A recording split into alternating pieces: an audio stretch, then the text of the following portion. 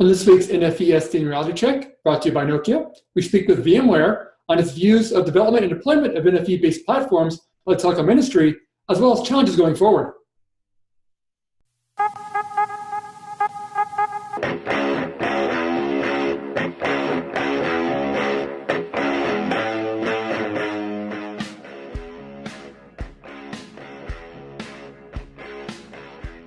We live in a world that's increasingly connected.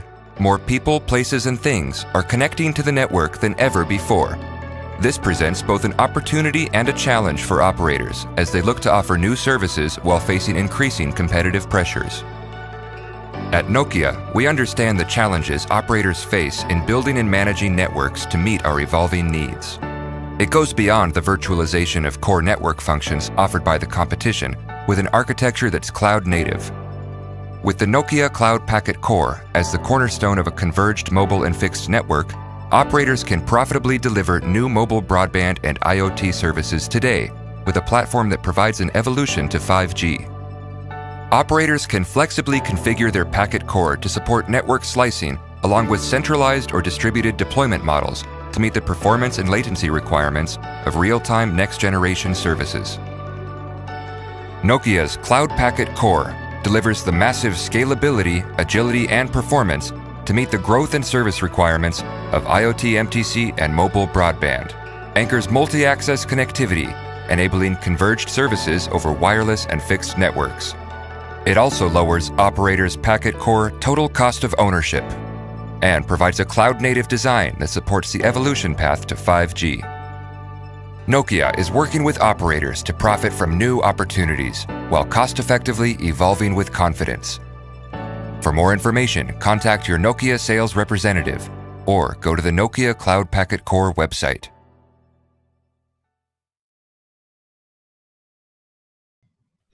Well, thanks for joining us on this week's NFV SDN Reality Check. I'm your host, Dan Meyer, Editor-in-Chief here at RCR Wireless News.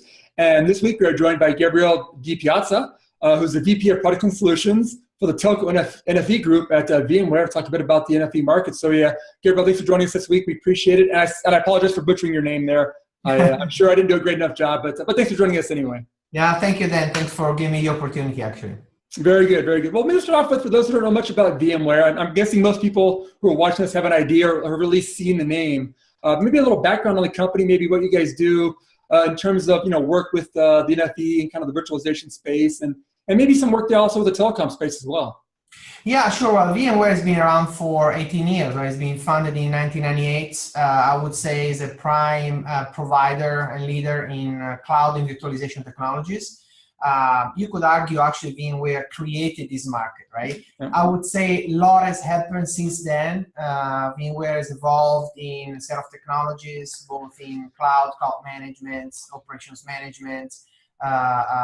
As probably most recently, we evolved into desktop virtualization and mobile device management, as well as in network virtualization. So we have a very vibrant business in network virtualization as well. And I would say Telecom NFV is a key focus because obviously all the our audience here, they know pretty well that telecom networks are undergoing a massive transformation, not just a transformation towards software, but towards software and cloud, so virtualization through cloud technologies. And VMware is interested in playing in this market. We have a great track record here. So we see this as a key market for VMware. Not just from a technology perspective, but to actually deepen our relationship with telecom providers by being at the core of their network transformation, which also means services transformation and business transformation as well. Very good, very good. Well, I guess obviously you guys do have quite a bit of history in the virtualization space. I think it's almost part of your name there, really. But I guess as you look at how this market has evolved and maybe with a focus on kind of, I guess, NFV, I guess what's been your view or the company's view on kind of the pace of that development and employment, I guess, in general, but also as it's focused on the telecom space? What's been kind of your view on that evolution so far? Yeah, I think my opinion is this is inevitable. Inevitable because of the way the pace networks are evolving. We are driving fast towards 5G and mobile edge computing. And therefore, I think we will actually see much more convergence between IT infrastructure and network infrastructures.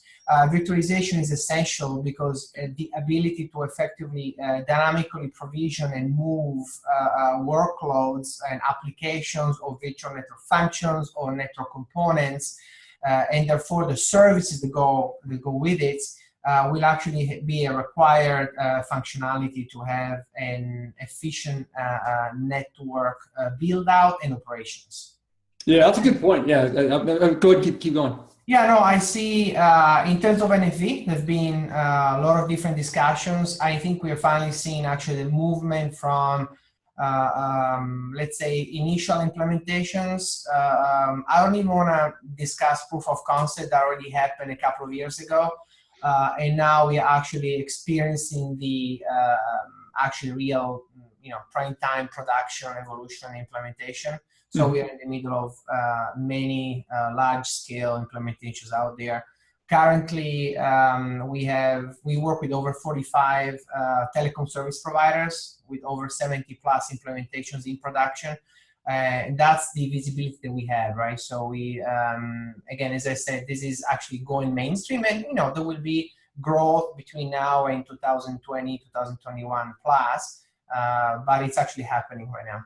Yeah, it's interesting you mentioned on the timing aspect of it and the 5G evolution as well, because it does seem like that these two, I guess they are somewhat connected with virtualization and 5G, but 5G is really dependent on what comes along with virtualization. So it does seem like the timing of these, there's a lot of talk about kind of this 2020 timeframe for things. And it seems like that's going to be, where we'll see these 5G networks start to come commercially, but also we'll start to see broader uses of virtualization platforms. And it does seem like you need to have that platform in place to really make 5G truly what 5G is. I mean, there might be some initial 5G deployments that maybe don't require virtualization, but to get that true 5G kind of experience that people expect, those virtualized platforms are going to be pretty key to a lot of that. Yeah, it's actually interesting. I was thinking about it a couple of days ago. It's almost like two things are happening at the same time or in parallel tracks, but one is dependent from the other. You might think of certain dynamics such as network slicing. Of course, it's not necessarily just virtualization, but we require virtualization. At the same time, I actually think the ability to build and have your network in a dynamic way, driven by analytics, especially at the edge, will require a very high level of virtualization. So is that called virtualization technology? Is that called 5G? I think, of course, there will be a change in network technology and topologies, but I think the two will go hand in hand. I think, I don't think 5G will happen without virtualization, and I think that's something that we see in the planning process. We now start to see in the engineering efforts, and there's a lot of attention in making sure to make the right choices in getting there, both from a core network perspective and basically the edge and radio access network perspective right now. Yeah, that's a great point. It does seem like the operators who are perhaps a little more down the path of 5G or understand maybe the intricacies of 5G, they're the ones that seem to be more in tune with the fact that they do need these virtualized platforms in place to kind of really bring out all those advantages there. So yeah, it does seem like the timing of it is pretty interesting. But I guess as you view, kind of the evolution towards the telecom space here, what's been maybe some of the bigger challenges that have kind of faced the development of this? I mean, like you said, I know that the proof of concepts were, obviously still are some ongoing, but it did seem like the past couple of years there've been a lot of POCs going on. It seems like those have kind of worked through the processes. There were some questions about scalability at some point as well. I guess as you looked at kind of this evolution, what has been some of the bigger challenges that have kind of been in place and been surmounted in terms of supporting what the telecom space needs from virtualized platforms? Yeah, I think we can look at it from a couple of perspectives. There's a technical angle, of course. I would say scalability, standardization to some extent, because there's a major change, right? I always call this, it's a triple jump, right? It's not a change from a hardware-based, proprietary hardware-based network to compute or x86. It's actually a movement all the way into a cloud environment, which is very different than running software in a virtualized environment. It's basically something that creates volatility across the board. So there's an aspect of technology coming to maturity and an ecosystem coming together which I think has matured significantly over the last couple of years and will keep maturing. I think there's another angle which we are facing every day, probably coming from this angle of convergence of information technology, IT, software, and network as well. I think that the topic of talent and people. Yeah. The way networks have been built, tested, planned, the way services have been built, tested, and planned, and launched are going to be changing right now. Therefore, there's a lot of talent that's required. There's almost a DNA or DNA change that is required in the core network. And we see much more convergence and collaboration between the traditional IT groups and the network groups. But this goes across the board in the telecom environment. It's not just about network. This is about service design, service introduction, marketing, and so forth. So I think the technology aspect, also people talent aspect. I think what telco will basically deal with is this combination. This is a major change, and that's why some of the let's say expertise, some of what we actually have seen happening in the enterprise, is one of the biggest benefits of the value that we take to market right now. Yeah, that's a good point. I know I've talked to a lot of operators about this, and that's been one of their biggest concerns, is being able to get their current workforce in tune with this new way of looking at networks. Again, it's not just a hardware network anymore, which the space has been used to over the past 30 years and longer for wireline. But yeah, it is a whole new way to view things. And if they can't get their employees up to speed, I know a lot of organizations have been working to implement online tutorials and training for people to get them up to speed on this. But yeah, like you mentioned, that seems like that's a challenge that might almost be the biggest challenge, because you have to get the people in place to really handle a lot of this stuff. Yeah, and there are many dimensions to this. One aspect is the development effort, right? Development and DevOps, if you think about it. The other aspect is the operations. Telcos are massive operations, OSS, assurance, and so forth. And this is also a world that will change from operating based on network and network devices to operations of network services based on software devices. Think about testing. How do you actually test an end-to-end service? How do you test the function? All the way to, as you said, training and many other aspects of service introduction. If you look at the quality, right? So of course, telecom operators' ambitions to compete with OTT players, and also being, of course, as fast as or faster or more innovative than OTT players, also sometimes takes into consideration a different concept of quality, right?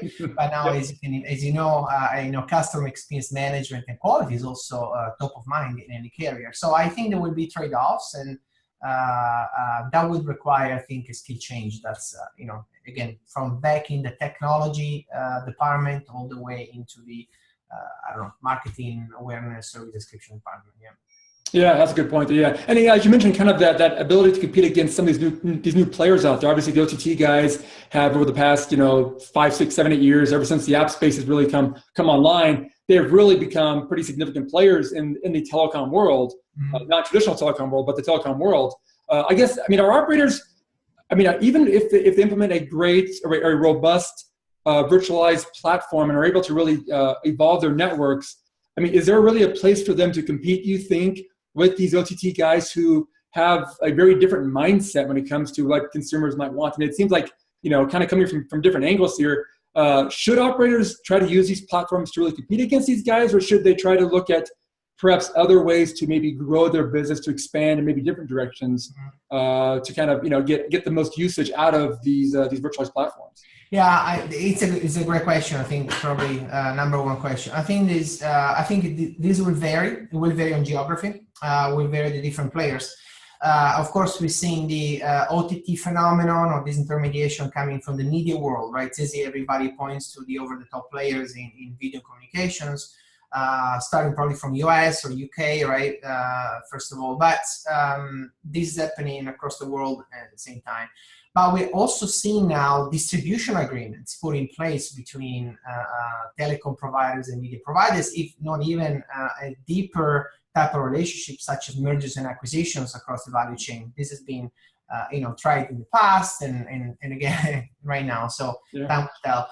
I would say that at the end of the day, the business model drives the conversation, and if Telecom will be open to partnership or federation of multiple services, I think, again, as I said, this will also be dependent on geography where you are. Some countries in Europe are different than countries in Asia. Some countries in US are different for regulatory perspective and a local perspective. There's another aspect. I think over-the-top competition comes on all sorts of shapes or form, right? So VoIP and voice was another one, which of course is disrupted a long time ago. Now we start to see the wave of business services. So looking at wide area networks or adoption of SD-WAN, it's another area where will telco compete, provide, federate, or will telco try to have a different stance. I actually think there will be much more collaboration required between telcos and OTT players. That might be one of the recipe for success. What we actually see in a broader scheme, and this is one of the, let's say, overarching strategy from a VMware perspective in telco and NFV, is the fact that cloud services will start to be more and more pervasive and federated. And this also embrace public cloud as well, given some recent announcement that we made. Right? So the ability to distribute application services, workloads on the edge, but at the same time on the all the way through different clouds is another key dynamic there.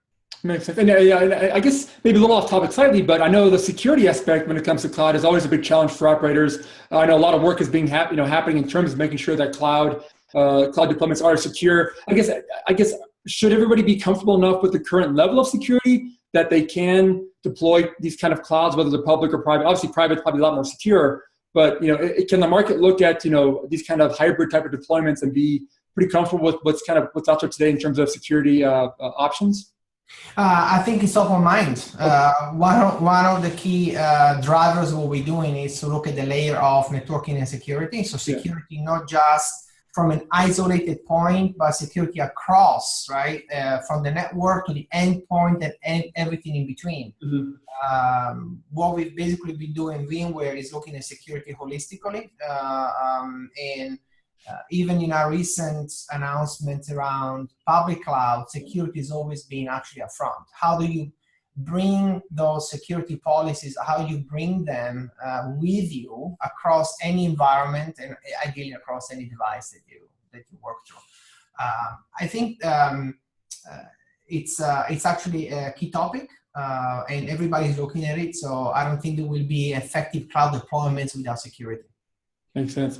Well, I guess another topic too, you kind of touched on it a little bit earlier, was I guess the work when it comes to maybe standards, or I guess how, interoperability might be a good word for it too. I know a lot of operators I've talked to, a lot of vendors kind of expressed the fact that there is still some issues when it comes to making sure that, these deployments, these virtualized platforms from various vendors, at the end of the day, when an operator deploys them, can talk to each other and can work together. I know operators are always trying to get out of this whole vendor lock model that they've had in the past with their hardware vendors. They want to have these big open ecosystems.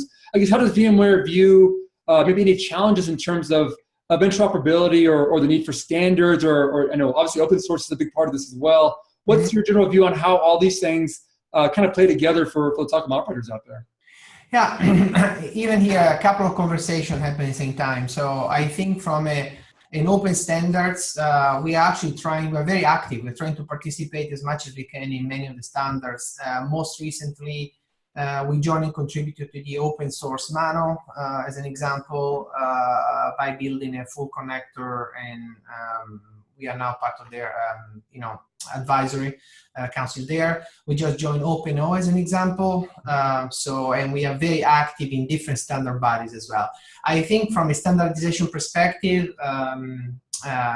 this is one of the areas which is also causing a lot of change, right? Because the movement from hardware to software also means relook at the standards, and standards all over. So from south to north, east to west, right? From the switching components all the way to management and orchestration components. In terms of open source, I actually think open source is, it's another key topic. I think open source is actually helping innovation, but at the same time, open source is not something that is going to go straight into the telecom network. So open APIs, open standards, absolutely. If you look at the actual operations and cost of open source, there's it's important to look at total cost of ownership, the ability to have data operations, the ability to actually have the right skill people to support this and the right scalability to support this. So we integrate with the open ecosystem, and we want to make sure that actually the world of open source pushes the boundaries that actually pushes us to innovate as well. So that's happening as you see. Yeah, interesting. Yeah, it's an interesting angle on that there. It sounds pretty good. Well, I guess maybe as a final question for you, maybe as a wrap up, as you look ahead a little bit towards this continuing evolution of both the platforms and also kind of the deployment models here, I guess what are maybe some of the bigger challenges you see kind of coming down the road over the next 6, 12, 18 months or so when it comes to, VMware's work in the space, but also just the ecosystem in general kind of evolving? What's some of the bigger challenges you see? Yeah, I would say fragmentation is one aspect that also represents an opportunity for us. Some of the initiatives I'm working on with our team is to actually have one of the widest, broadest ecosystem out there by working on, for example, VNF and VNF onboarding, so a very large ecosystem to just peace of mind, right? Making sure that in a fragmented environment, you can count on large corporation making sure that everything is taken care behind the scenes. I would say the pace of deployment is something that we see accelerating and steady and accelerating. So we want to make sure that it keeps that way. I think probably in the next couple of years, there will be the, crossing the chasm in terms of where networks are, where networks will be. Again, we see one by one the network functions being migrated, and this is something which I don't see stopping right now.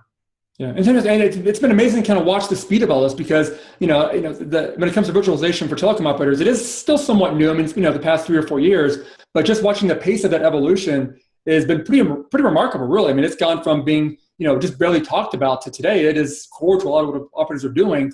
And again, there are these challenges ahead, like you mentioned, but it seems like there's so much momentum behind it that the timing of it seems to be really kind of coming into better focus, really. Yeah. Well, yeah, I mean, standardization technically only happened 3.5 years ago, which in the telco space is not, it's not a long time ago. Yeah. But at the same time, many other things are maturing around it, new consortium forming and deployment forming. So we also see the implementation going from isolated services or some initial segmented parts of the network to actually being thought from a much more of a holistic perspective. How can I actually now lay the foundation for the complete transformation of for example, my core network as an example? Yeah, I'm guessing obviously having operators that are aggressive on this has got to be good for the vendor community as well. I mean, you guys, it's nice to have, I'm sure, at least in the telecom space, to have some willing customers out there who are actually looking forward to kind of this evolution as well. Yeah, no, absolutely. Yeah. Yeah, very good. Wait, Gabriel, definitely appreciate the great insight on this. Obviously, it is a topic that is ever evolving, and you guys are obviously a core to a lot of that as well. So definitely appreciate the good insight on the topic. Thanks so much, and hopefully we'll touch base again soon. Well, thanks for watching this week's show, and make sure to check out our next NFV SDN reality check when we speak with Orange Business Services on the value of SD-WANs. Thanks for watching. NFV SDN Reality Check with Dan Meyer is a production of RCR TV. To suggest show topics or to reach Dan, you can find him on email, dmeyer@rcrwireless.com, and on Twitter @Meyer_Dan.